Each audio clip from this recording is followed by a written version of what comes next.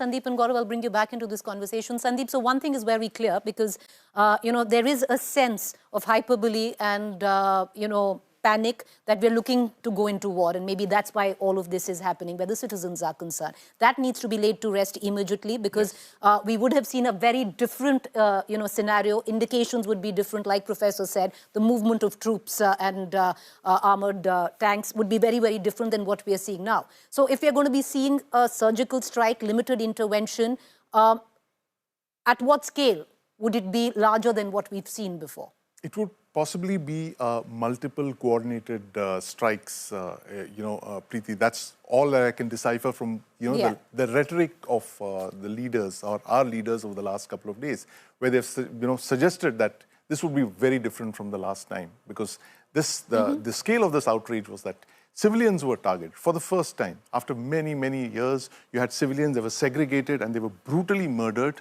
Their religion was asked and then they were targeted based on that. And this is a first time, and the government of India is determined to make sure that this is going to be that one trigger point for us to basically target that terrorist infrastructure of Pakistan, that infrastructure of terrorism in Pakistan that exists under the shelter of the nuclear weapons that Pakistan has brandished against us for almost 4 decades now. So the government believes that this is possibly that one opportunity now to completely dismantle that and give us that lease of life for the next couple of years, at least, as Professor Chelani was mentioning, that this could be now or never, literally. Okay, I need to go into a break, but viewers, with what Sandeep said, what Professor BrahMos-armed said, and what Gaurav said, because you're dealing with a rogue nation, you don't know how they're going to respond. So even though you're not getting into a full-fledged war where you're attacking their civilians, at least right now, that's what it seems to suggest. You don't know how Pakistan and the dispensation there is going to respond. So that is why. Last 2 seconds, if you do. Quickly.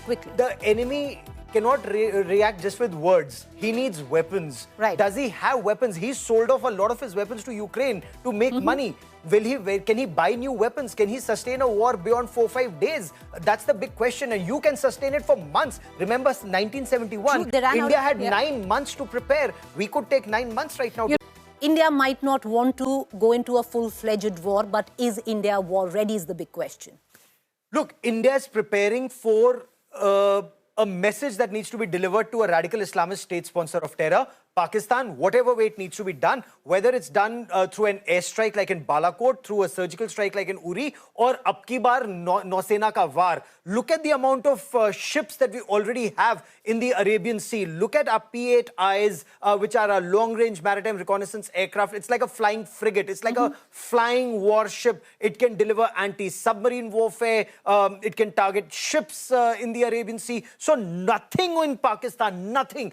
Pakistan has about a 1,000-kilometer long coastline, very narrow. Sandeep can correct me if I'm wrong. It's about 1,045-kilometer long coastline, and it has just 5 major ports. Gwadar and Karachi being the bigger one, Ormara and Pasni being the other ones, and a couple of others, right? India can, all of it is in India's crosshairs, all of it, simultaneously, point 1. Point 2, when the ships sail out into the Arabian Sea, the P-8Is, the Sea Guardians are drones, the UCAVs, the ships, the submarines, they can take Pakistan down worse. And Sandeep can tell you how Pakistan Navy was destroyed in harbour and barely at sea in 71. Pakistan needs to, perhaps see 71 2.0. Sandeep, is India war ready vis-a-vis Pakistan? Because Pakistan is also preparing to go into war. Right. Preeti, well, India is war ready, but it is not planning a conventional military offensive. Which we said, not even like a cold start kind of general mobilization of the armed forces.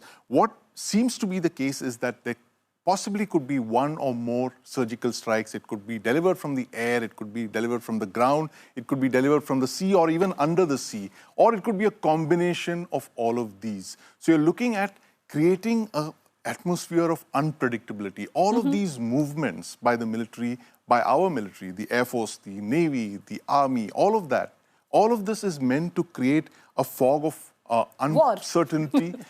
There is no war, but the fog of war. There is a fog. It is some kind of a curtain that is being erected all around Pakistan. And through that curtain, that unpredictability, the curtain of unpredictability, the actual strikes will come through. That is where we expect these multiple, 1 or more or many strikes could converge onto Pakistan.